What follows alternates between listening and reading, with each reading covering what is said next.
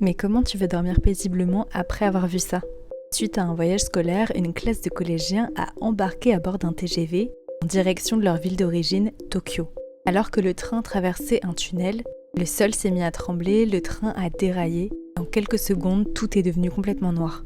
Quand Teru, l'un des collégiens de la classe, s'est réveillé, il s'est rendu compte avec horreur que tous les passagers du train, y compris ses potes, avaient tragiquement péri dans l'accident et que l'issue du tunnel était complètement bloquée par des pierres.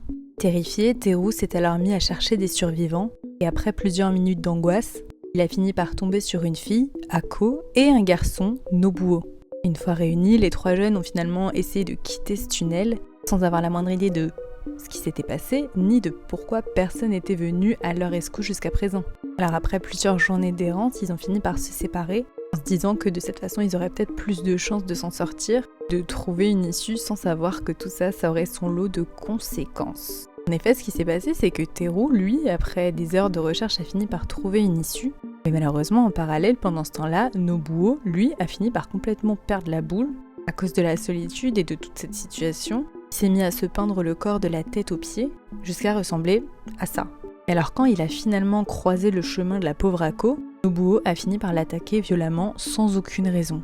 Il était juste devenu complètement cinglé. Et alors quand Teru, tout content d'avoir trouvé sa sortie, est finalement revenu et est tombé sur ses deux camarades, il a été complètement choqué de tomber sur Nobuo en train de s'en prendre à Ako. Donc à ce moment-là, il s'est interposé.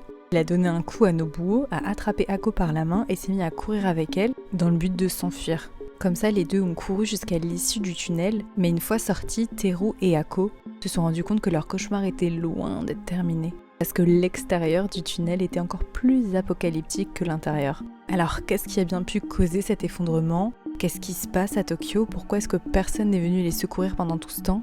Qu'est-ce qui va arriver à Nobuo? Pour avoir la réponse à toutes ces questions, je t'invite à lire Dragon Head, un classique du mangaka Minetaro Mochizuki, qui fait clairement partie des classiques en termes de survival.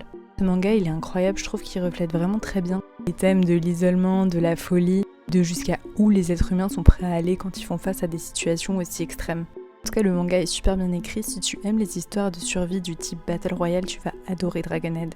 Si tu connais ce manga, dis-le moi dans les commentaires et abonne-toi pour plus d'histoires.